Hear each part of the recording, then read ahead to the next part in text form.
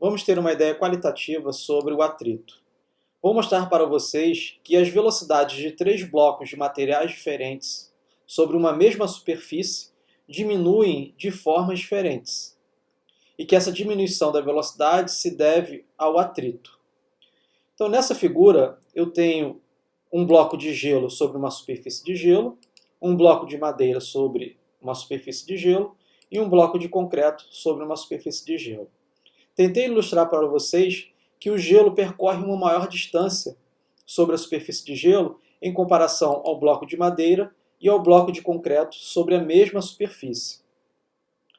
Do ponto de vista da velocidade e do tempo, eu posso dizer que o bloco de concreto sobre a superfície de gelo para num tempo t1, enquanto o bloco de madeira para num tempo t2 e o bloco de gelo para num tempo t3.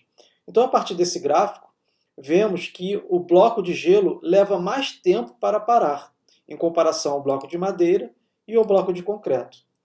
Posso afirmar que quanto menor o atrito, mais tempo leva para o bloco parar. Dependendo da suavidade dos blocos e da suavidade da superfície de gelo, essa parada pode ocorrer mais cedo ou mais tarde. O efeito do atrito é levar os dois objetos ao repouso, um em relação ao outro. Neste caso, o bloco e a superfície em que ele está deslizando. Esses blocos deslizam porque existe uma pequena camada de água entre as superfícies do bloco e a pista de gelo, que reduz o atrito. Mas isso ainda não é bem explicado. Por ora, vamos ficar apenas com essa ideia qualitativa, que a diminuição da velocidade se deve ao atrito. O atrito é a resistência ao movimento que uma superfície ou objeto encontra ao se mover sobre a outra. Você acredita que seja possível criar uma superfície livre de atrito? Perceba que se existir uma superfície livre de atrito, um objeto, uma vez posto em movimento, como um empurrão, continuaria a deslizar para sempre. Foi isso que nós vimos com blocos que deslizam sobre uma superfície de gelo, porque provavelmente existe uma fina camada de água entre as superfícies que reduz o atrito. Mas não existe uma superfície totalmente livre de atritos sobre a qual os objetos deslizem para sempre. Por outro lado, existem maneiras de minimizar o atrito. Você já deve ter feito isso colocando algum lubrificante entre duas superfícies que se movem uma em relação à outra. Por exemplo, na corrente da bicicleta, ou mesmo passando detergente em um anel para removê-lo do dedo. Atenção, o atrito não ocorre somente entre os objetos sólidos, pode acontecer entre superfícies sólidas e fluidas. Como exemplo, um avião criando vórtices, ou um carro se movendo em meio ao ar que o circunda. Na mecânica, vamos nos concentrar predominantemente com o atrito entre superfícies sólidas. Muitas pesquisas recentes buscam novos materiais ou novos lubrificantes.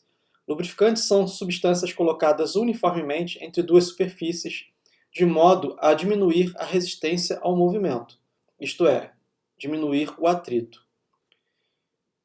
Mesmo com essas pesquisas, é claro que não é possível remover totalmente o atrito, mas é possível minimizá-lo estudando esses novos materiais.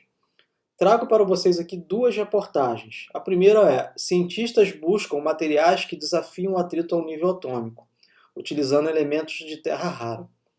No nível atômico, certas técnicas podem diminuir o atrito.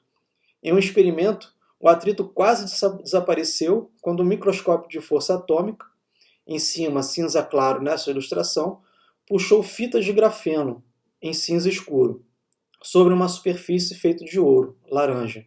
Uma segunda matéria científica: jogar nanopartículas na mistura é uma maneira de saltar para as escalas maiores.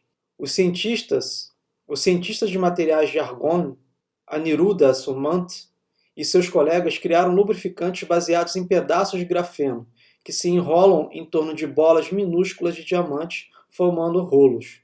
Pequenos rolos de grafeno, mostrando em azul nesta ilustração, envolvem um pequeno pedaço de diamante, que é capaz de rolar entre duas superfícies em contato.